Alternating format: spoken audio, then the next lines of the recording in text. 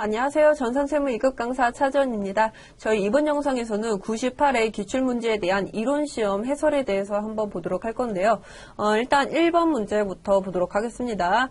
다음 중 재무제표의 작성과 표시에 대한 설명으로 틀린 것 보시면은 이게 일단 1번부터 재무제표는 재무상태표, 손익계산서, 현금흐름표, 자본변동표, 그 다음에 주서 이 5가지로 구분된다라고 포함한다라고 이렇게 같이 되어 있는데 맞는 말인 거죠. 두 번째, 재무제표를 작성할 때 계속기업으로서의 존속 가능성을 평가해야 된다. 그렇죠. 이게 뭐 1년 이내에 파산이 될 건지 아니면은 뭐 지속적으로 뭐 사업이 가능한지 여부를 살펴보셔야 합니다.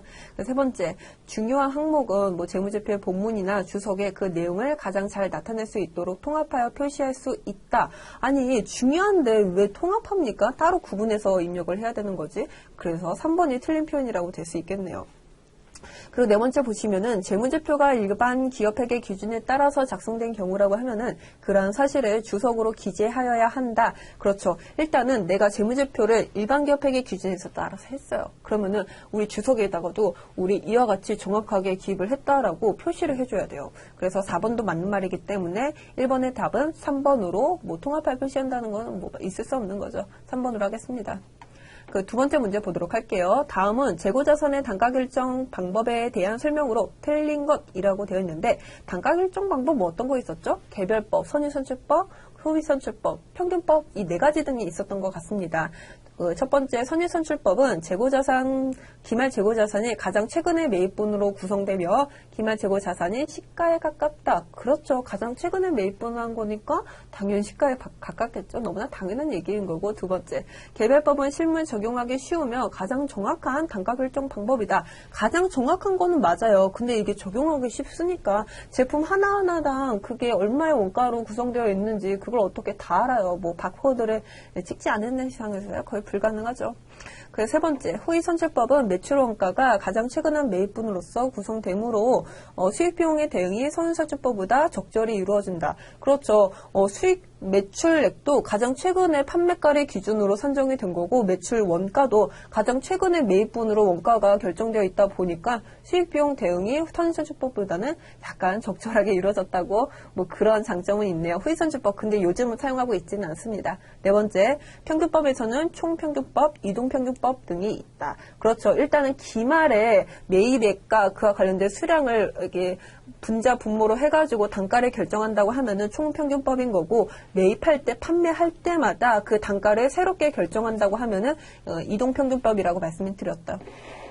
그래서 뭐 이번의 답은 2번으로 보고 넘어가 보도록 할게요. 세 번째. 다음 중 유형자산에 대한 설명으로 틀린 것 1번부터 보도록 할게요. 유형자산은 재화의 생산, 용역의 제공, 타인에 대한 임대 또는 자체적으로 사용할 목적으로 보유하고 있는 물리적 실체가 있는 자산. 그렇죠. 유형자산은 무형자산과는 다르게 실체가 있습니다. 두 번째, 특정 유형자산을 재평가할 때 해당 자산이 포함되는 그 분류 전체를 재평가한다. 네, 맞는 말이죠. 세 번째, 최초에는 취득원가로 측정한다. 아, 그렇죠. 뭐 취득원가가 뭐 매입원가 혹은 뭐 제조원가로 약간은 달라질 수 있겠지만은 뭐 취득원가로 선정한다는 거 뭐 당연한 얘기인 거죠. 그다음 네 번째, 새로운 시설을 개설하는데 소요되는 원가는 유형자산의 원가이다. 이게 유형자산의 원가 중에서도 이게 취득원가에 가산되는 게 있고 아니면은 발생 시점에 바로 비용 처리하는 아니면은 뭐 다른 자산으로 처리하는 게 이와 같이 2가지로 나뉜다고 말씀을 드렸는데 새로운 시설 개설하는 거는 이거 뭐 다른 소모품이나 비품이나 그렇게 처리를 해야 되는 거지 취득원가에 가산하지는 않습니다. 네 번째 보도록 하실게요. 다음 중 회계 추정의 변경에 해당하지 않는 거 이거 지금 보시면은 1번하고 4번 좀 비교를 해보실게요. 1번 같은 경우에는 평가 방법을 후이선출법에서 선의선출법으로 변경을 했어요. 그리고 네 번째 같은 경우에는 정률법에서 정액법으로 변경을 했어요. 이게 어떠한 감가상각 방법을 변경한 경우라고 하면은 이게 추정입니다. 근데 이게 평가 방법을 변경하는 거는 회계 정체기 변경이에요. 따라서 정체기 변경에 해당하는 1번이 답이 된다고 볼 수 있겠어요. 이게 감가상각의 그 계산 요소로서 평가 방법이라든지 아니면은 뭐 상각 방법 여러 가지가 있겠지만은 이 선의선출법, 후이선출법 등과 같은 변경의 경우에는 정체기 변경으로 본다는 거. 그래서 이게 혹시라도 변경됐다고 하면은 뭐 전진적으로 처리하는 것이 아니라 뭐 소급적으로 뭐 전년도까지에 대한 회계 처리까지 약간은 변동시켜가지고 반영을 해줘야 된다. 뭐 그렇게 말씀을 드렸죠. 다섯 번째 보도록 하겠습니다. 이거 다음의 거래로 증감이 없는 자본의 항목이라고 되어 있는데 솔직히 저 같은 경우에는 이거 문제 그냥 적당히 보고 자기 주식 취득했다고 되어 있잖아요. 매각했고 소각했고 일단은 취득했다고 하면은 그 자기 주식이라는 계정 과목이 나와요. 그 다음에 뭐 매각했다고 하면은 뭐 처분 이익이라든지 처분 손실이 나오겠죠. 소각했다고 하면은 이거 감자 차손, 감자 이익이 나올 건데 무조건 자본 조정, 자본 잉여금, 자본금 이 세 가지는 건드리게 됩니다. 하지만 이 네 번째 그 매도 가능 증권 평가 이익이라든지 재평가 잉여금 그런 항목들은 자기 주식에서는 나오지는 않거든요. 따라서 저는 그냥 자기 주식이라는 언급을 본 순간 이거 4번으로 체크하고 넘어갔습니다. 이 부분은 그냥 여러분들이 회계 처리를 그냥 순차적으로 기입을 하시면서 어떠한 그 차익이 발생했느냐에 따라 가지고 이거는 감자 차손이야 아니면은 이거 자기 주식 처분이야 그래가지고 자본 잉여금, 자본 조정 그리고 뭐 소각 시에는 자본금 이와 같이 회계 처리할 수 있겠지만은 뭐 찾아낼 수 있겠지만은 솔직히 그냥 1번부터 4번까지 천천히 살펴보고 기타 포괄 손익 누계액에 어떤 계정 과목들이 있나라고 여러분들이 아실 수 있다고 하면은 굳이 이거를 회계 처리까지 가실 필요까지는 없을 것 같아요. 제 생각으로는. 그 다음 여섯 번째. 다음 중 원가 계산의 항목이 아닌 거. 생산. 하나는 영업용. 이거 그냥 영업용이라는 그 차량 유지비니까 그 판관비로 그 차량 유지비 비용 처리하면 될 거 아니겠어요? 답은 4번이죠. 저희 그러면은 그 다음으로 7번 문제 한번 보도록 하겠습니다. 주식회사 세금은 제조간접비를 직접 노무 시간으로 예정 배부하고 있다. 당초 제조간접비 예상 금액은 150만 원이며 예산 직접 노무 시간은 500시간이다 라고 되어 있어요. 여러분들 그 제조간접비를 기말까지 기다려서 산정하기가 굉장히 불편하다는 거죠. 그래가지고 제조간접비 예부액을 일단은 계산을 하고 나중에 실제 배부액과 그 배부 차이를 통해 가지고 조정한다고 말씀드렸잖아요. 근데 그러면은 일단은 예정 배부액을 계산을 해야 되는 거겠죠. 일단은 예정 배부율 자체로는 150만 원 나누기 500시간으로 3,000원으로 계산을 합니다. 직접 노무 시간당 3,000원인 거죠. 그리고 단기말 실제 제조간접비 발생액은 165만 원이 발생했고 제조간접비 배부 차이가 발생하지 않을 경우 이게 무슨 말인가요? 배부 차이가 발생하지 않다는 뜻은 배부액조차도 이 165만 원으로 해당 금액과 동일하다는 뜻 아니겠어요? 근데 이게 어떻게 계산이 되느냐? 실제 직접 노무 시간 곱하기 예정 배부율 3,000원 곱해가지고 계산이 되는 거잖아요. 그러면 이거 지금 165만 원 나누기 3,000원 하면은 이게 실제 직접 노무 시간은 550만 원, 550시간이라고 이와 같이 계산이 되는 거죠. 이거 지금 7번 같은 경우에는 여러분들이 그 제조간접비 그 예정 배부액이 실제 직접 노무 시간 곱하기 예정 배부율 이와 같이 계산된다는 것만 아시면은 손쉽게 계산할 수 있었던 문제였던 것 같습니다. 그러면은 8번 문제부터 보도록 할게요. 다음의 자료를 이용하여 당월에 제품 매출원가를 계산하면 얼마인가?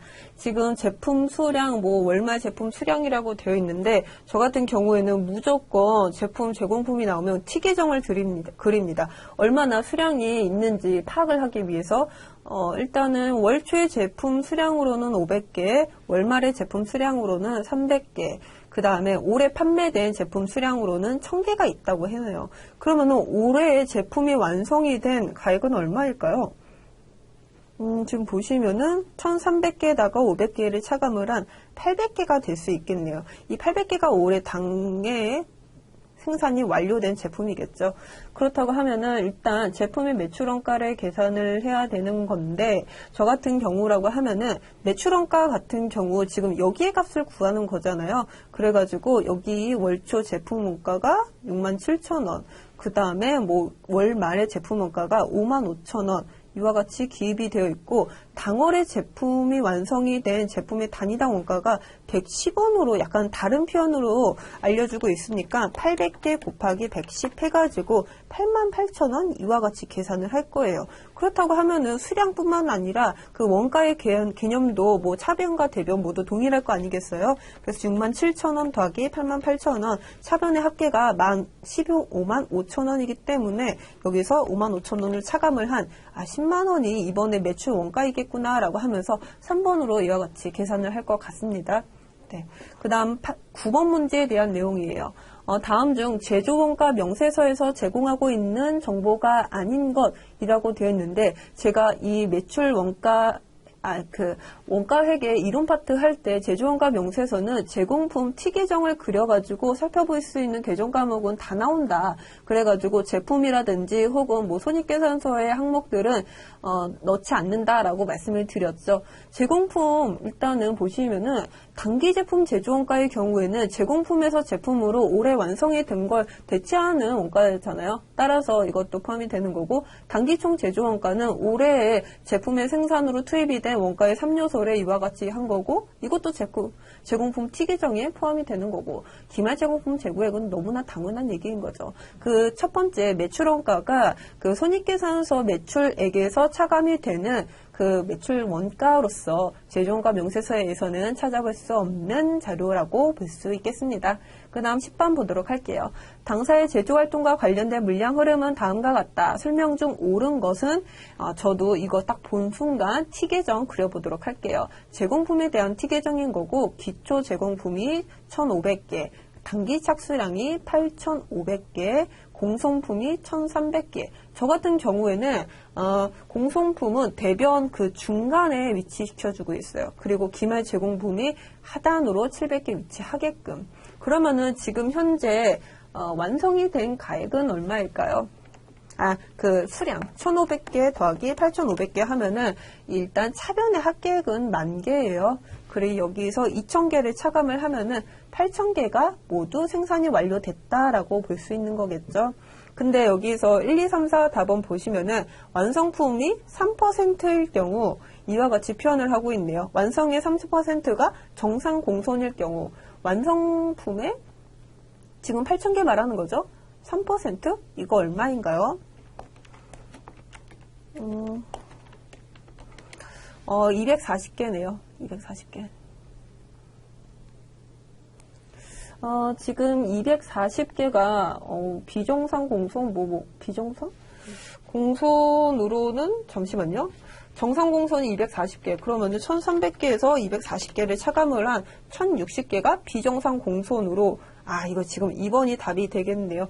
저 같은 경우에는 일단은 정상 공손을 구하고 그 나머지 차액을 비정상 공손으로 계산을 했습니다. 그래가지고 지금 2번으로 체크를 하실게요. 정상 공손 수량은 300개가 아니라 240개. 그 다음에 여기도 160개, 완성품 수량은 8,000개. 이와 같이 다 이렇게 오답 체크했습니다. 그 다음 11번 보도록 하겠습니다. 다음 자료는 2022년 2기 예정신고 기간에 대한 자료이다. 부가가치세 과세표준은 얼마인가? 지금 부가가치세 과세표준을 문제를 나타내주고 있는데, 이게 약간 문제가 어려워요. 과세표준을 그 납부세에, 산출세에 세액을 기준으로 계산을 하셔야 합니다. 일단 1번부터 볼게요. 발급한 세금계산서 중 영세율 세금계산서의 공급가액은 200만 원이다.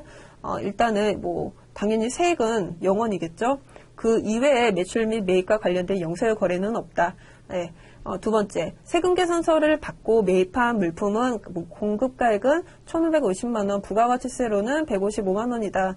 이 중 거래처 선물용으로 매입한 거는 5만 원. 그 말은 즉슨 이거 지금 불공받을 사유라고 하는 거 아니에요? 그렇다고 하면은 매입세액 자체로 공제받을 수 있는 금액은 155만 원에서 5만 원을 차감을 한 150만 원밖에는 없는 거겠죠. 그 다음 세 번째, 납부세액은 250만 원이다. 이와 같이 매입세액으로 150만 원을 공제받고 결국에 납부할 세액이 지금 250만 원이라고 하면은 이 매출세액은 얼마인가요? 거꾸로 250만 원 더하기 150만 원 하면은 이거 400만 원이 매출세액으로 산정이 되었다라고 할 수 있겠어요. 근데 이거 지금 400만 원 매출세액 나왔다고 해가지고 이거 부가가치세 과세표준 4천만 원이구나 할 수 있나요? 그건 아니죠. 영세율 세금계산서 공급가액이 200만 원 있다고 말씀드렸잖아요. 그래서 4천에서 200을 가산을 한 그 세 번째가 답이 되겠습니다. 12번 보도록 할게요. 부가가치세법상 사업자 등록과 관련된 설명 중 틀린 거. 첫 번째, 신규로 사업을 시작하려는 자는 개실 이전이라도 신청할 수 있다. 네, 그렇죠. 두 번째, 신청을 받은 관할 세무서장은 3일로부터 2일이죠. 이게 몇 년 전까지만 하더라도 3일이었어요. 근데 이게 2일로 단축되었습니다. 이거 개정된 사항이에요. 그래서 뭐 2번이 틀린 거고, 세 번째, 휴업 또는 폐업을 하는 경우 지체 없이 사업장 관할 세무서장에게 신고해야 한다. 그렇죠. 정정사항이 있을 때에는 바로 하셔야 합니다. 과세사업을 경영하는 자가 면세사업을 추가할 경우에는 면세사업자 등록 신청을 별도로 할 필요 없죠. 그렇죠. 이거 과면세라고 해가지고 그냥 업종 추가하시면 되거든요. 그렇기 때문에 일단은 이렇게 넘어가는 걸로 하고, 지금 2번이 3일에서 2일로, 이게 예전에 공부하신 분이라고 하면은 그냥 3일로 아는 경우가 굉장히 많아요. 그리고 어떤 책에 대해서는, 어떤 책에서는 그 개정사항이 제대로 나타나지 않아가지고 여전히 3일로 이렇게 표시되는 것도 있고요. 근데 개정사항은 솔직히 세무대리인으로서 일하시는 분이라고 하면은 이게 바로바로 이렇게 챙기면서 뭐 봐야 되는 거죠. 이건 어쩔 수 없는 것 같습니다. 그리고 13번 보도록 할게요. 다음 중 해당 과세기간에 전액 필요경비에 불산입하는 항목이 모두 몇 개인지 고르시오. 필요경비로 불산입하는 거? 그 말은 즉슨 경비로 인정받을 수 없는 거겠죠? 1번부터 보도록 할게요. 사업과 직접적으로 관계가 없는 무상으로 지급하는 법령에서 정한 기부금. 기부금도 사업과 관련이 없죠. 하지만 영업의 비용 항목으로 이거 경비로는 인정을 받을 수 있잖아요. 그렇기 때문에 아닌 거고, 두 번째, 가사의 경비와 이와 관련된 경비, 가사 경비, 내가 뭐 사업용이 아니라 내 개인적 목적으로 지출하는 부분에 대해서는 인정이 되지 않는다고 말씀드렸습니다. 그리고 세 번째, 벌금, 과료, 과태료. 내가 어떤 잘못을 해가지고 경비가 지출되는 부분에 대해서 이것까지 필요경비로 인정을 해주면은 오히려 그 절세 효과를 낳는 거잖아요. 그래서 원칙적으로 되지 않습니다. 세 번째, 선급비용. 선급비용 자체가 이거 비용이던가요? 아니죠. 이거 비용 처리할 수 없고 내년에 비용 처리해야 되기 때문에 자산으로 되는 거죠. 이거 필요경비 불산입 항목 맞는 것 같아요. 그 다음 다섯 번째, 대손금. 이거는 일단 대손충당금 까고 그 부족한 부분에 대해서는 비용 처리한다고 말씀드렸기 때문에 당연히 필요경비 항목인 거고, 불산입 대상으로는 그 3개, 동그라미 2번이 답이 되겠네요. 14번 보도록 하겠습니다. 다음 중 부가가치세법상 영세율 적용 대상이 아닌 것은 1번부터 내국신용장이나 구매확인서에 의해서 공급하는 수출용제와, 당연히 뭐 내국신용장이나 구매확인서 언급이 있었으면 다 나온 거죠. 두 번째, 직접 도급계약에 의해서 수출제와 인가공 용역, 이것도 마찬가지입니다. 그리고 국외에서 제공하는 용역, 이거 다 영세율 적용 대상이에요. 근데 네 번째 보시면은 이게 수출업자가 타인의 계산으로 그 대행위탁 수출을 받고 받는 대행 수수료에 대해서는 이게 10% 과세가 붙습니다. 이게 본인이 직접적으로 뭐 해외 판매를 하고 뭐 용역을 제공한다고 하면은 이게 영세율이 적용받겠지만은 거기서 그냥 대행으로 위탁으로 그런 용역을 제공한다고 하면은 그 부분은 솔직히 이걸 영세율 적용 대상이라고 볼 수는 없는 거겠죠. 그냥 이 수수료에 대해서는 10%의 과세가 붙습니다. 그리고 이 수출대행 수수료 영세율 적용 아닌 부분으로 굉장히 빈번하게 출제가 돼요. 따라서 여러분들 그냥 이렇게 기억해 두세요. 수출대행 수수료는 10%구나 라고요. 15번 보도록 하겠습니다. 다음 중 소득세법상 이자소득이 아닌 것은 직장공제 추가반환금, 비영업대금의 이익, 그 다음에 뭐 보험차익 모두 이자소득이기는 하지만은 연금에 수령하는 일시금은 이거 기타 소득으로 둔다고 제가 말씀을 드렸어요. 그 중에서도 무조건 분리과세 대상이 되는 거, 이거 기억하시는가 모르겠는데 여러분들 이자고 뭐 어떤 배당인지 기타 소득인지 그한 구분은 아주 기본적으로 해주셔야 합니다. 네, 저희 지금 15번까지 모두 살펴봤고 저희 98회에 대한 이론 풀이는 다 한 것 같아요. 그 다음 영상으로는 실무 시험에 대한 해설 이어가 보도록 하겠습니다. 수고하셨어요. 안녕하세요. 전산세무 2급 강사 차지연입니다. 저희 이번 영상에서는 그 98회 이론에 대한 풀이에 이어서 실무 시험에 대한 풀이 진행하도록 하겠습니다. 일단은 금성전사 전자에 대한 내용이고 회사 코드로는 982번입니다. 일단 이게 어떤 업종을 영위하는 건지 한번 보도록 할게요.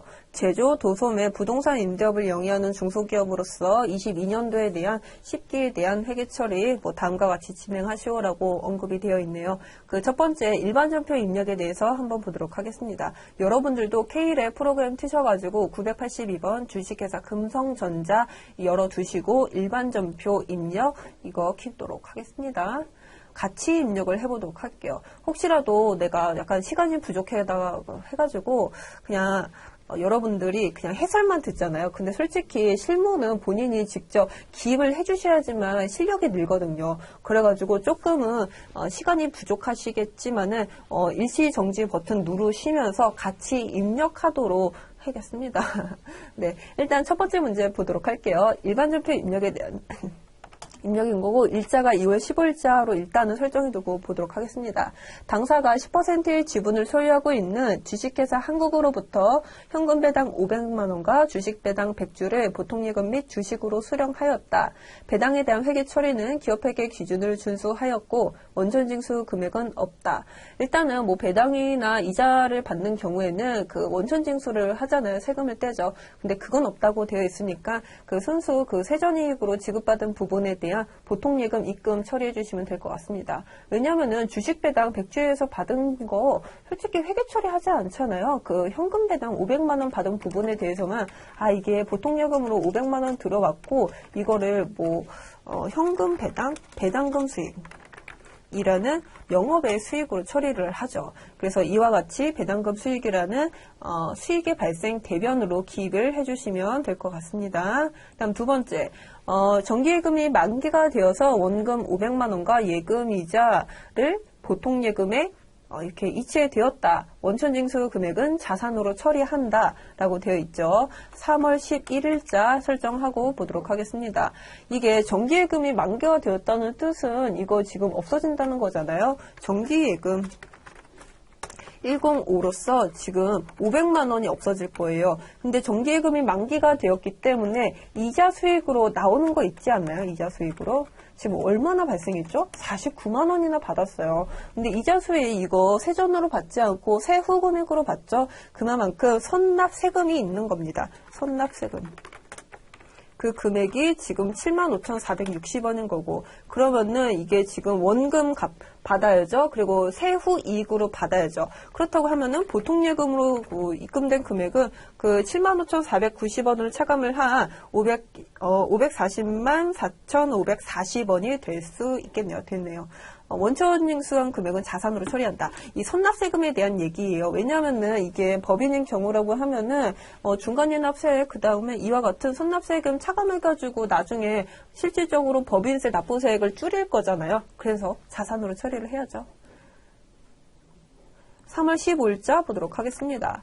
법인의 업무와 관련된 자산을 취득하는 조건으로 서울시청으로부터 정부 보조금 5천만 원을 지급을 받았네요. 그럼 일단은 보통예금으로 입금을 받았다고 했으니까 보통예금이라는 자산의 증가부터 처리를 해주실게요. 근데 이 5천만 원 그 가로 안에 보시니까 이게 50%는 상환 의무가 없다고 되어 있네요. 그렇다고 하면은 정부 보조금 처리를 해야 되는 건데 이거 보통예금의 그 차감적 평가 계정인 122로 그 나머지 2,500만 원 처리해 주시면 되는 거고 그 나머지 그 2,500만 원은 3년 후 원금을 상환해야 되는 거잖아요. 이게 보조금이니까 대출금액인 거지. 그렇기 때문에 장기 차입금 그렇게 293원으로 나머지 금액을 대체해 주시면 될 것 같아요.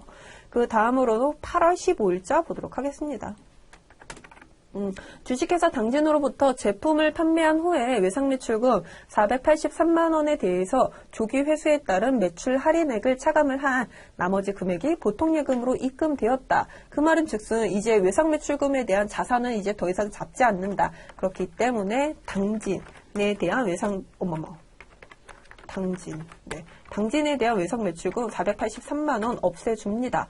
근데 이게 지금 할인이 들어간 거잖아요. 4832에 대한 0.2%는 96,600원인 거네요. 매출 할인. 근데 이게 지금 제품 매출에 대한 할인이니까 406으로 들어가는 거고 가액은 66,600원. 그리고 그 나머지 잔액이 보통예금으로 입금된 거니까 보통예금 자산의 증가 처리해 주십니다. 그리고 10월 30일자 회계 처리도 이어서 해보도록 하겠습니다. 경영관리부에서 사용할 문구류를 구입을 하고 보통예금 계좌로 이체를 하였다. 근데 사무용품비 계정으로 회계 처리할 것이라고 되어 있고 대방문구로부터 27,500원어치 3월 30일자에 구입을 했습니다. 이건 간이용 수중이에요. 그렇기 때문에 일반 전표 입력에 입력을 하는 거겠죠. 일단은 사무용품비 차변 837이었던가요? 사무용품비? 네. 경영관리부서니까 800번대의 사무용품비로 선택을 하고 가액은 27,500원. 네. 27,500원으로 잡고 대변의 보통예금의 감소로 이와 같이 처리를 해주시면 될 것 같습니다.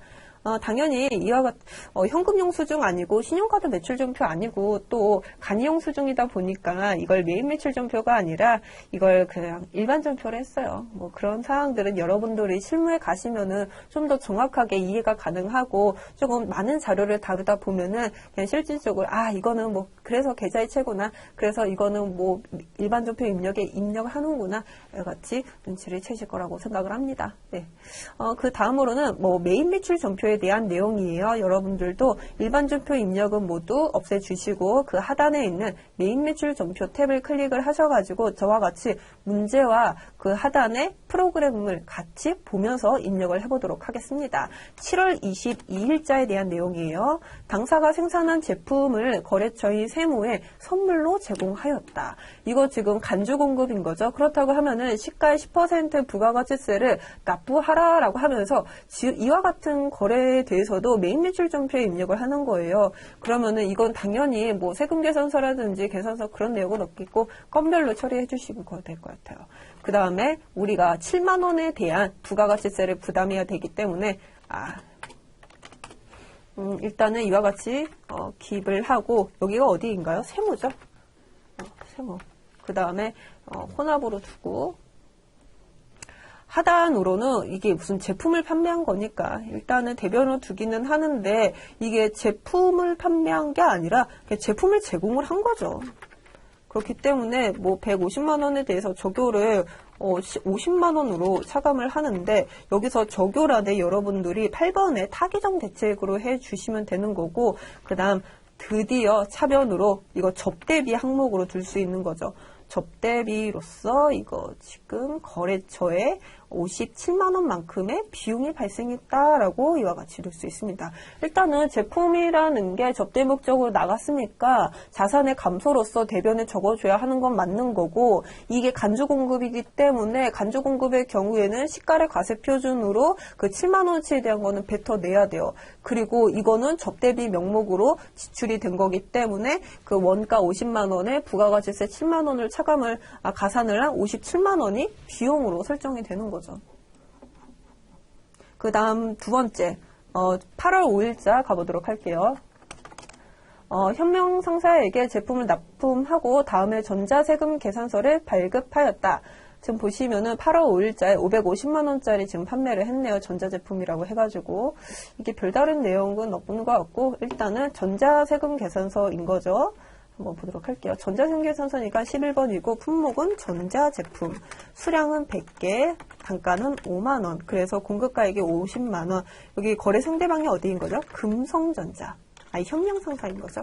판매했다고 되어 있으니까. 전자했고 이거는 지금 혼합으로 처리해 주셔야 돼요. 왜냐면은 이게 550만 원 중에서 300만 원은 일단 현금으로 받고 나머지 가액은 외상 매출금으로 떠는 거잖아요. 그러면은 일단 여러분들이 대변은 제품 매출 맞나요? 제품인지 한번 보도록 하겠습니다. 제품을 납품하고 그러니까 여기서 제품 매출에 대한 계정 과목을 변동할 필요는 없고 차변에 그 나머지 가액에 대해 가지고 현금으로 300만 원 받은 거 그리고 나머지 외상 매출금으로 250만 원 잡는 것까지 이와 같이 그와 관련된 지출이 두 가지 방식으로 이루어진다는 거 이와 같이 기입했습니다. 그 다음 8월 31일자 보도록 할게요. 제조부 직원의 식사를 주식회사 식신으로부터 제공받고 8월분 식대 99만원이네요. 99만원에 대한 종이세금 계산서를 수취하고 이거 법인카드로 결제하였다. 지금 하나의 사건에 대해 가지고 종이세금 계산서도 수취를 하고 결제는 신용카드로 했네요. 근데 여러분들 제가 이거 이론 시간에 말씀을 드렸을 거예요. 이 품목에 대한 거는 이게 적격 증빙입니다. 증빙을 어떻게 받았냐. 그리고 분계는 이건 결제. 여기서 지금 적격 증빙은 뭐 받은 거예요? 종이세금 계산서 받은 거죠. 그래서 51번으로 두시면 되는 거고 결제는 신용카드로 되어 있으니까 4번 카드로 이와 같이 해주시면 되는 거예요. 한번 보도록 할게요. 이게 지금 제공받고 매입이죠. 그렇기 때문에 적격 증빙, 종이세금 계산서. 왜냐면은 세금 계산서하고 신용카드하고 맞붙이면은 세금 계산서가 이기는 거잖아요. 그래서 51번으로 한 거고 공급가액은 90만원, 9만원. 거래처는 식신. 그리고 종이세금 계산서이네요. 여기서 또 빠질 뻔했습니다. 그 다음에 분계로는 카드로 결제합니다. 그리고 이게 지금 원재료이던가요? 아니죠. 제조부에 대한 식대 511로 체크를 합니다. 그래서 지금 하단에는 복리후생비로 511로 계정과목 수정하는 것만 이와 같이 진행을 했고 그 다음에 어디 카드, 당연히 여기에 카드에 대한 내용이 있어야 되는 건데, 원래 여기에다가 카드로 설정하면은 하단에 이게 보이거든요? 여기에서 신한카드로 제가 변경해야 되거든요?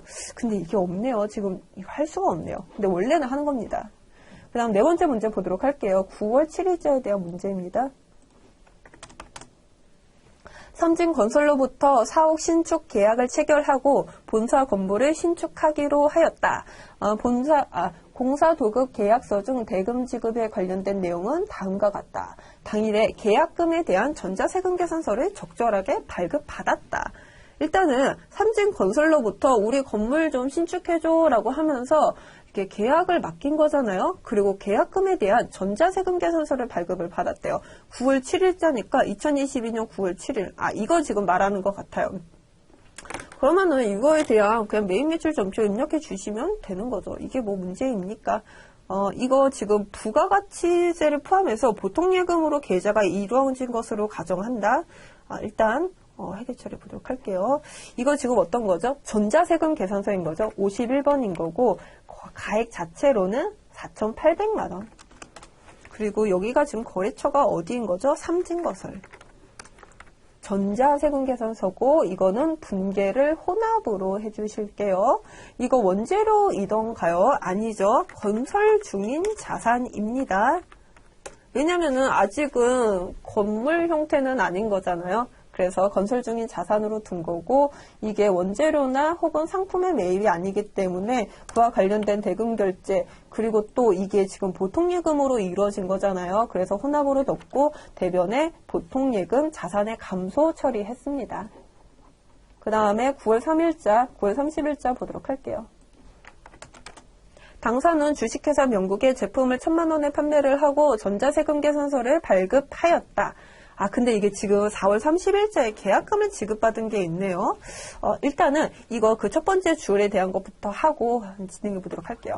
판매고 제 세금 계산서니까 11번인 거죠. 공급가액 1,000만원.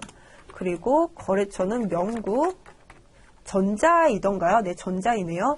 그 다음에 이거 계약금하고 약간 갈리다 보니까 분계는 혼합을 해주시면 될 것 같고 이와 같이 대손 충당금이라든지 혹은 여기서와 같이 계약금, 선수금 같은 경우에는 4월 30일자에 자산 내역을 봐야 돼요. 여기에서는 선수금이니까 부채겠죠. 하단에 보시면은 선수금 여기 있네요. 네. 4월 30일자에 계약금, 선수금을 지급받은 거 이게 지금 주식회사 명국으로부터 받은 게 지금 여기 보이시죠? 제가 지금 그 선수금이라는 그 계정 과목을 더블 클릭하니까 이와 같이 원장 조회라는 팝업창이 뜹니다. 4월 30일자에 계약금을 수령한 건데 주식회사 명국으로부터 수령했고 200만원 수령했다고 나와 있네요. 그렇다고 하면 이거 선수금을 떨 거는 200만원이구나 라고 저희 파악을 했고 매입매출 점표 다시 돌아가셔가지고 이거 1,100만원 지출된 부분 중에서 일단은 선수금으로 떨 거는 200만원이다. 그리고 나머지 금액에 대해서는 글쎄 이거 지금 10월 15일자에 지급받기로 하였다. 제품을 판매하고 그와 관련된 외상이니까 차변의 외상 매출금으로 자산으로 인식을 합니다.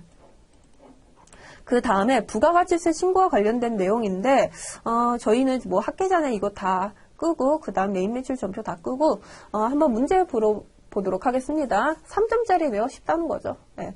다음의 자료를 이용하여 2022년 2기 확정신고 기간에 대한 건물 등 감가상각 취득 명세서에 대한 거래 작성하시오. 근데 다음의 지출에 대해서는 자산 처리하기로 한다. 일단은 메인 매출 전표에 입력을 하고 그게 이 취득 명세서에 반영이 되는 거겠죠.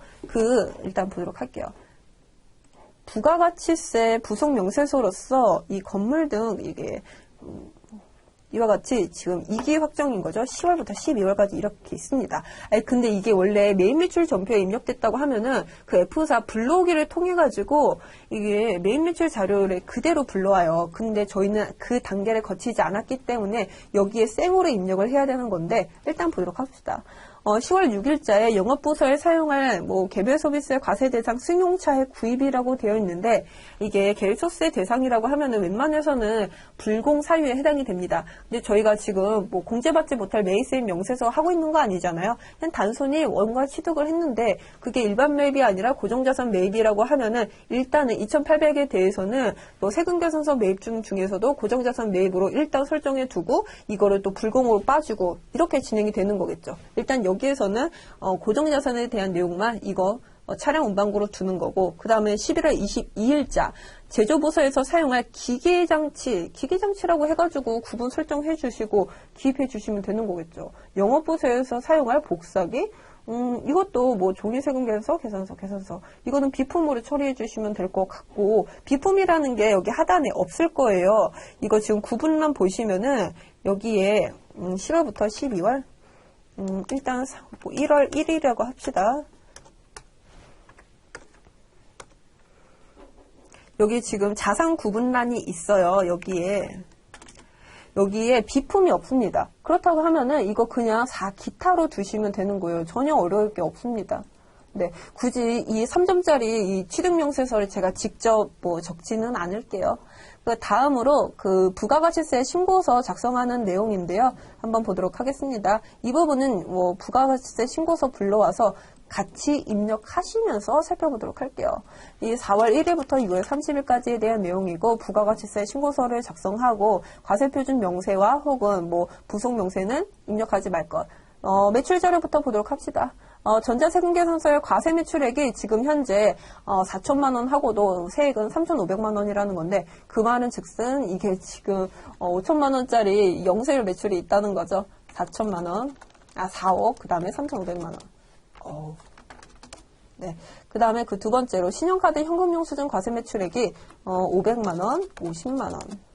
세 번째로는 정기영수증 외의 과세 매출액이 이게 기타라는 말씀하는 거죠.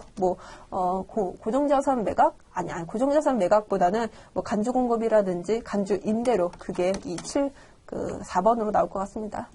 그 다음에 해외 직수출액. 이거는 세금 계산서 발급 대상은 아닌 거잖아요. 그래서 여기 6번란에다가 4천만 원 기입하시고 그 다음 회수기일이 2년 6개월이 지난 외상 매출금 이게 중소기업이잖아요. 여기가 일단은 기본 가정이 중소기업으로부터 외상 매출금이 2년을 초과했다고 하면은 대손색 요건에 해당이 돼가지고 여기에 마이너스 100만 원 적으시면 될 것 같아요. 매입자료 보도록 하겠습니다. 세금계산서 수취한 매입내역을 해가지고 여러 가지가 있기는 한데 이 예정신고 누락부는 따로 할 거니까 여기서 커트하시고 일반 매입, 접대성 물품의 매입, 기계장치 매입 보도록 할게요. 여기 일단은 기계장치 매입은 고정자산 매입으로 3천만 원은 따로 고정자산 매입으로 두셔야 되는 거겠죠. 그리고 여기에서 2억 5천하고 100만 원을 합산할 것인가? 합산해야죠. 세금계산서 수치분이긴 하지만 일단 총액해서 2억 5,100, 2,520만 원 이와 같이 기입을 합니다. 네, 이와 같이 기입을 하고 이 접대성 물품에 대해서는 불공사유에 해당하기 때문에 공제받지 못할 매입세액 명세에서 100만원, 10만원 기입을 해주시면 될 것 같습니다. 그 다음에 이거 예정신고 누락분 이제는 해야죠. 300만원, 30만원. 예정신고 누락분, 예정신고 누락이라고 하면은 바로 오른쪽에 이게 어떠한 관련된 내용인지 볼 수 있으니까 그 세금계산서 해당액으로서 300만원, 30만원 기입을 해주시면 될 것 같아요. 일단은 매출 자료, 매입 자료 이와 같이 살펴봤고 그 하단에 신용카드 사용분이 또 있네요. 보도록 하겠습니다. 신용카드 사용분도 이게 세금계산서와 마찬가지로 일반 매입인지 고정자산 매입인지 이거 구분하라고 말씀을 드렸잖아요. 근데 예외적으로 이 신용카드 매입분에 대해서는 그 불공사유에 해당하는 것들 아니면 사업과 관련이 없는 것들은 애시당초에 제외하고 시작을 합니다. 그래서 여기 사업무관 매입이라고 해가지고 220 있는데 이거는 아예 제외하고 2,550만원 2,500, 500만원 각각 기입을 할게요. 이거는 뭐 그 밖에 공제 매입세액 명세로서 오른쪽 하단에 일반 매입으로는 2,500이었나요? 그 다음에 뭐 고정자산 매입으로는 500만원이었나요? 이와 같이 2,500, 500만원 기입을 합니다. 그 다음에 그 진짜 이제 마지막 예정신고 미환급세액 한번 보도록 하실게요. 예정신고 미환급세액 얼마라고 말씀드렸죠? 80만원. 왜냐면은 이 법인사업자의 경우에는 예정신고 기간에 환급세액이 발생했다 할지라도 그것을 그때 환급받는 게 아니라 그 확정신고 기간에 납부세액을 차감하는 방식으로 환급을 받잖아요. 그래서 이와 같이 확정신고 1기 확정인 거죠. 80만원 차감했고 전자신고했다고 되어 있으니까 여기에 지금 보시면은 전자신고세 공제 만원 기입을 합니다. 그리고 세부담 최소화. 지금 부가가치세 이 7점짜리 문제 푸는데 약간은 문제가 많아가지고 자료가 많아가지고 이 기입하는 데는 약간 시간이 걸렸긴 했지만은 그닥 어려운 내용은 없었던 것 같아요. 그 다음으로는 저희 부가가치세 여기 상단에 F7 저장까지 누르시고 다시 매입 매출 일반 전표 입력으로 다시 돌아갈게요. 왜냐하면 결산자료 입력은 매입 매출이 아니라 일반 전표 입력이잖아요. 보도록 할게요. 1번부터 당사는 별빛은행으로부터 1년마다 갱신 조건의 마이너스 통장을 개설하였다. 12월 31일 현재 통장 잔고는 1,000만원 하고도 154,000원이다. 꽤나 많네요. 이거 어떻게 처리해야 되는 거죠? 여러분들 보통 예금 마이너스로 올 수 없습니다. 따라서 이 마이너스를 일단 차감 상기시켜주고 그거를 단기 차입금으로 돌리셔야 돼요. 그래가지고 12월 31일자에 보통 예금 마이너스로 되어 있는 거 해당 금액만큼 살려줘야 되는 거겠죠? 별빛은행. 얼마인 거죠? 1,000만 194,000원. 그리고 단기 차입금. 이것도 물론 별빛 은행에 대한 단기 차입금이겠죠. 이와 같이 처리합니다. 이게 지금 가로 안에 보시면은 회계 처리는 음수로 처리하지 말 것이라고 되어 있는데 이게 이 말 하는 거예요. 이렇게 회계 처리할 수도 있겠지만은 이게 뭐 대변으로 103-98004 하면은 당연히 대변이니까 대변에 10104 이렇게 처리하는 경우도 있거든요. 대변에 이와 같이 하나는 마이너스, 하나는 플러스로 해가지고 보통 예금을 이렇게 차변을 하는 게 아니라 대변으로 마이너스를 치는 경우도 있어요. 근데 이렇게 하지 말라는 거죠. 좀 안 이쁘니까. 차변과 대변으로 동일한 금액으로 오는 게 좀 눈에 보기 좋습니다. 그 다음에 이거 지금 결산자료 입력하는 거죠. 두 번째 문제 보도록 할게요. 잠시만요. 제가 잘못된 걸 눌렀네요. 삭제 버튼 누르고 2번 보도록 하겠습니다. 당사는 10월 1일 회사 경영에 필요한 보증보험료 270만 원을 보통예금 계좌에서 지출하고 전액 보험료로 단기 비용 처리하였다. 근데 비용 처리할 거 올해 3개월짜리인 거고 나머지 9개월에 대해서는 이거 성급 비용 자산으로 처리해야 되는 거죠. 그러면 일단 자산으로 처리할 성급 비용 이거 지금 얼마이던가요? 비용으로 자산으로 처리할게 270만원 곱하기 9 나누기 12 하면은 200만 25,000원 이같이 처리를 하고 나머지는 이거 비용으로 처리했다고 되어 있는데 보증보험료 821로 차감시켜 주는 것까지 이와 같이 처리를 해주시면 될 것 같아요. 저 같은 경우에는 뭐 여기서 뭐 월할 계산이라고 되어 있지만은 원래대로라고 하면은 이거 일할 계산하는 거잖아요. 그래가지고 혹시라도 월할 계산이 너무 익숙해지지 않도록, 왜냐하면 실기 가보면은 실무 가보면은 다 일할 계산입니다. 그리고 프로그램이 다 계산을 해줘요. 그 다음에 3번 보도록 할게요. 다음에 자산의 단기의 감가상각비를 결산에 반영하시오.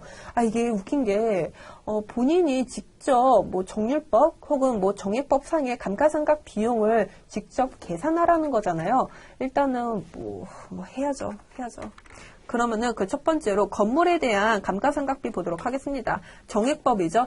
그 말은 즉슨 이 취득가액에다가 감가상각 잔존가액을 차감을 하고 정액법 마이너스 40으로 해가지고 감가상각비 계산을 하라는 거겠죠. 일단 뭐 잔액은 없는 걸로 하고 마이너스 40으로 하면은 1년치에 대한 그 감가상각 비용은 얼마인가요? 500만 원이죠. 그 다음에 그 기계장치에 대한 감가상각비도 구해야 되는 건데, 이거 감가상각비가 그냥 감가상각비입니까? 아니죠. 이거 보시면은 500번대 제품 생산과 관련된 기계장치니까 500번대로 클릭을 하시고 이것도 직접 계산을 해주셔야 되는 건데, 정률법입니다. 여러분들 정률법 기억나시나요? 정률법의 경우에는 취득가액에서 감가상각 누계액을 차감한 가액에 0.313 상각률을 곱하라고 말씀을 드렸죠. 그리고 취득일자가 1월부터 시작을 하다 보니까 월할 계산할 필요도 없어요. 5천만 원에서 1,565만 원을 차감을 해서 여기에 313을 곱하면은 1,000만 75만 1,550원. 이와 같이 계산을 하고,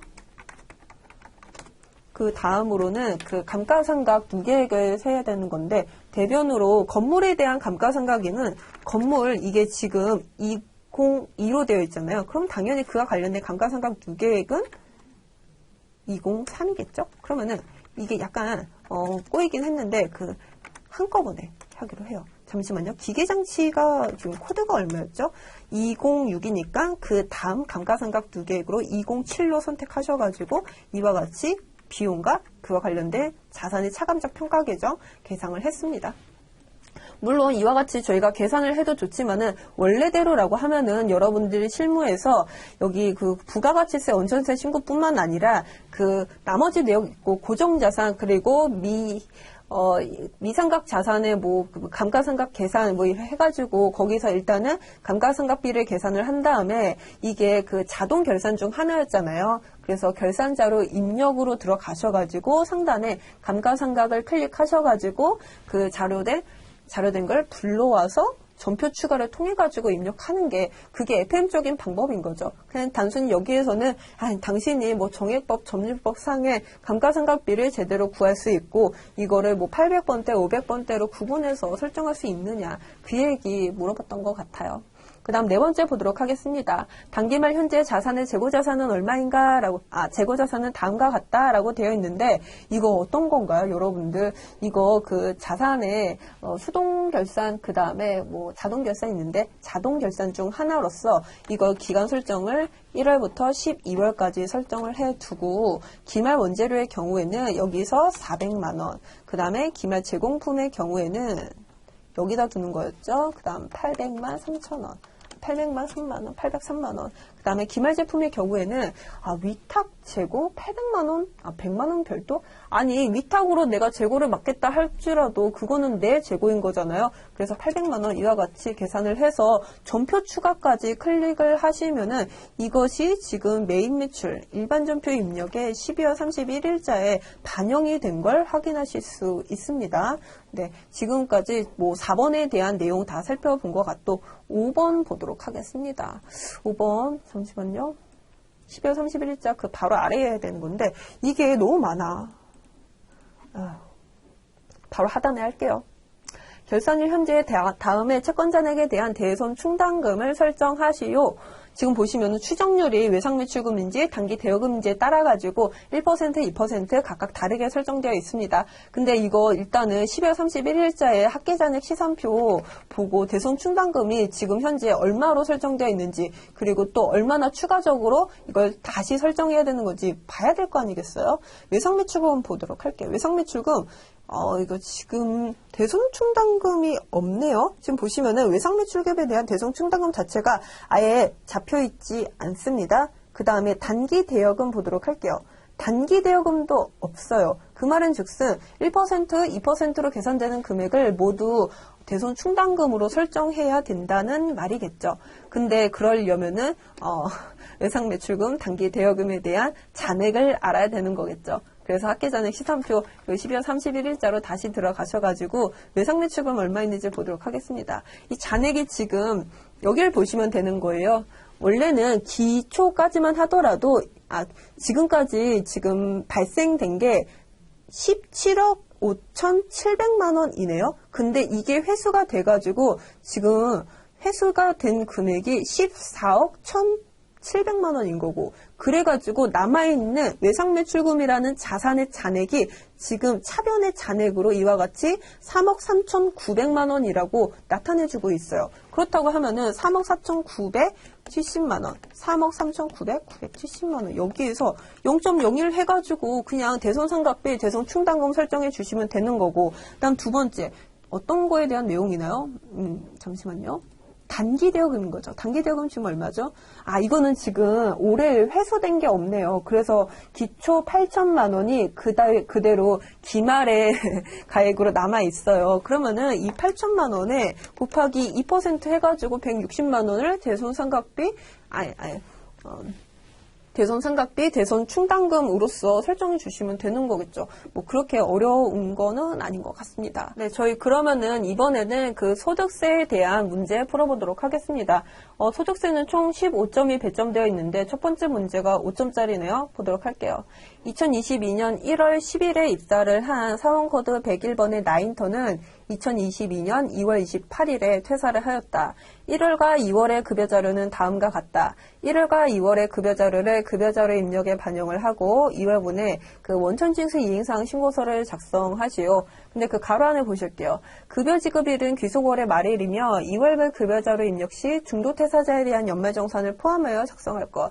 이게 그 12월 31일까지 계속 근로하는 계속근로자에 대해서는 다음 연도 2월분에 대한 급여를 입력을 할 때, 지급을 할 때 연말정산을 진행을 하죠. 근데 그 이전에 퇴사하신 분이라고 하면은 중도퇴사자에 대한 연말정산이라고 해가지고 뭐 보험료라든지 뭐 표준세액공제, 근로소득세액공제 등과 같이 기본 자료만으로도 중도퇴사자에 대한 연말정산 진행을 합니다. 그래가지고 혹시라도 환급액이 발생했다고 하면은 퇴사함과 동시에 지급을 해야 되는 거죠. 저희가 지금 그 처리를 해야 될 것 같은데 이분 같은 경우에는 2개월밖에는 근속을 안 했어요. 그래가지고 제 예상으로는 그 1월치 소득세 2170원 이거 납입한 거 있잖아요. 이거 전에 환급을 받을 것 같은데 일단 입력을 해보도록 하겠습니다.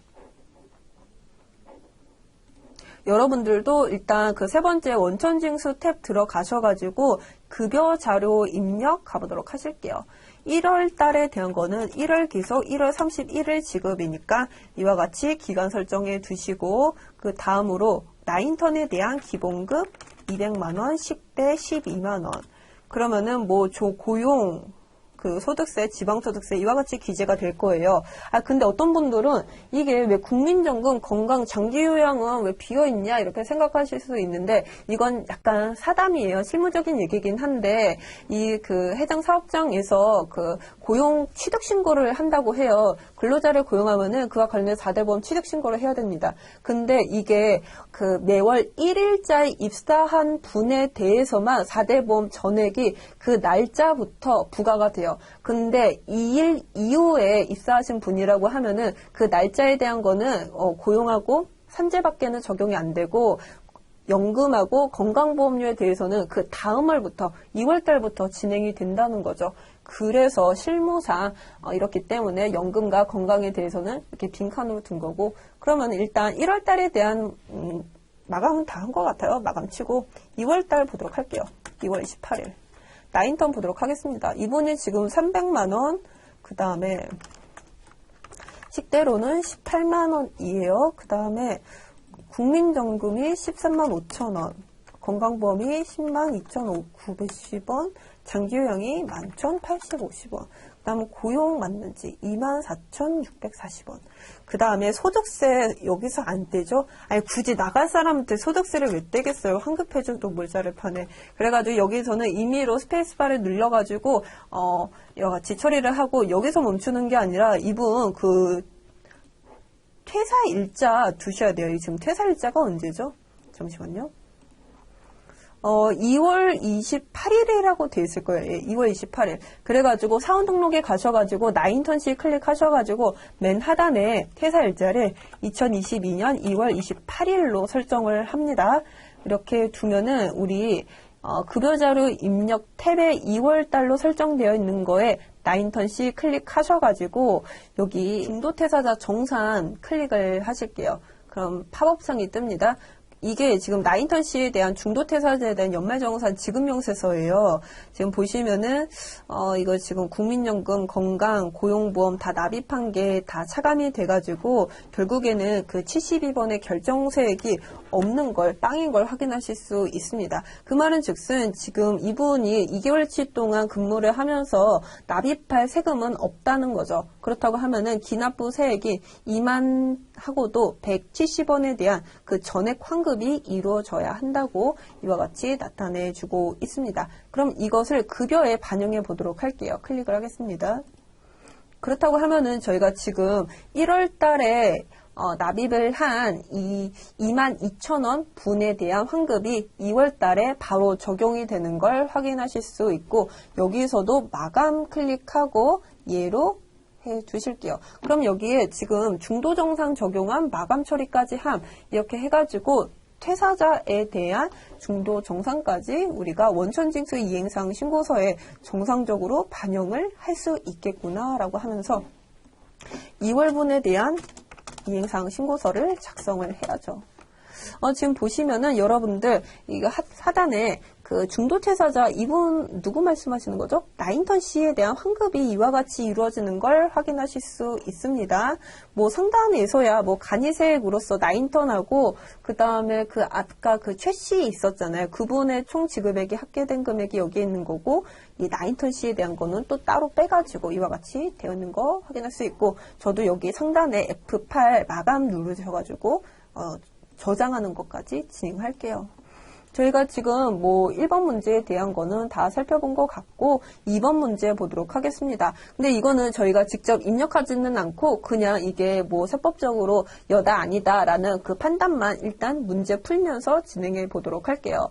다음은 최태호와 부양가족에 대한 자료이다. 이 자료를 바탕으로 연말정산 추가자료 입력의 소득명세, 부양가족, 그 다음에 연문금 저축 등 탭을 완성하고 연말정산 입력 탭과 의료비 지급 명세서를 작성하시오. 단 제시된 자료 이외에는 부양가족의 소득금액은 없으며 최태호의 세부담 최소화를 위해 모든 가능한 공제는 최태호가 받기로 한다라고 되어 있어요. 근데 이분이 지금 중도 입사자인가 봐요. 사원등록 보시면은 최태호 씨는 7월 1일자에 입사를 했습니다.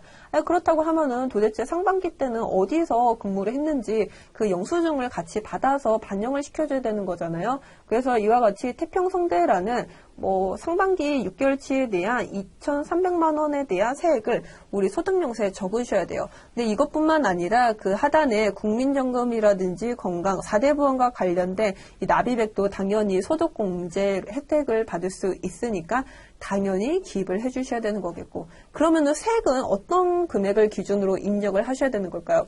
여기 지금 보시면은 결정세액, 기납부세액, 차감징수세액이 있습니다. 여기서는 결정세액을 기준으로 입력을 해주셔야 되는 거죠. 이거는 제가 그 이론 파트 때 제가 말씀드린 것 같아요. 87만 원 중에서 일단은 49만 원은 환급이 됐고 그 나머지 38만 원 분에 대해서만 환급이 가능하니까 결정세액만 적으시라고 제가 말씀을 드렸던 것 같아요. 그러면 일단 이거 종전근무지에 대한 처리는 이와 같이 뭐 끝내기로 하고 그러면 본격적으로 연말정산 이거 긴지 아닌지 보도록 할게요. 본인에 대한 건데 야간학 대학교? 대학원이네요. 대학원은 그 전액 모두 공제가 가능하고 보장성 보험료도 당연히 저축성이 아닌 이상에서야 본인 거는 다 공제가 가능하고 저축성 안 되죠. 그다음 네 번째 본인의 신용카드 사용액인데 100만 원 중에서 대중교통하고 전통시장은 따로 빼셔가지고 공제를 받는 거고, 당연히 이분이 지금 총 급여가 얼마인지는 나와 있지는 않지만은 도서교육 사용비에 대해서는 그 7천만 원 이하자에 대해서 추가적인 공제가 가능하잖아요. 그래서 이것도 뭐 웬만해서는 될 것 같은데, 총 급여 이게 얼마죠, 이분이? 그걸 확인을 해야 되는 건데, 일단은 그거 확인하셨으면은 따로 빼셔가지고 공제를 받습니다. 그 다음에 연금저축 납입에 이 부분도 여러분들이 이게 퇴직연금인지 기타 뭐 개인연금저축인지 구분하셔가지고 입력하시는 건, 그거는 어디 탭에서 하는 거죠? 연금저축 탭에서 입력을 하시는 거고, 그 다음 두 번째, 아버지 최진성 씨에 대한 내용인데, 여기서 1200만 원이 지출이 됐지만은 실질적인 지출은 100만 원 밖에는 안 되잖아요. 그래서 1200에서 1100을 차감을 한 100만 원만 공제가 가능한 거고, 어머니 보도록 할게요. 이분이 상가임대소득이 1200만 원 있습니다. 주택임대소득이라고 하면은 분리과세로서 이게 가능한데, 상가임대라서 이게 100만 원 초과했어요. 그래서 일단은 기본공제로는 안 될 것 같고, 화재보험료? 이거 지금 보험료 공제 가능할까요?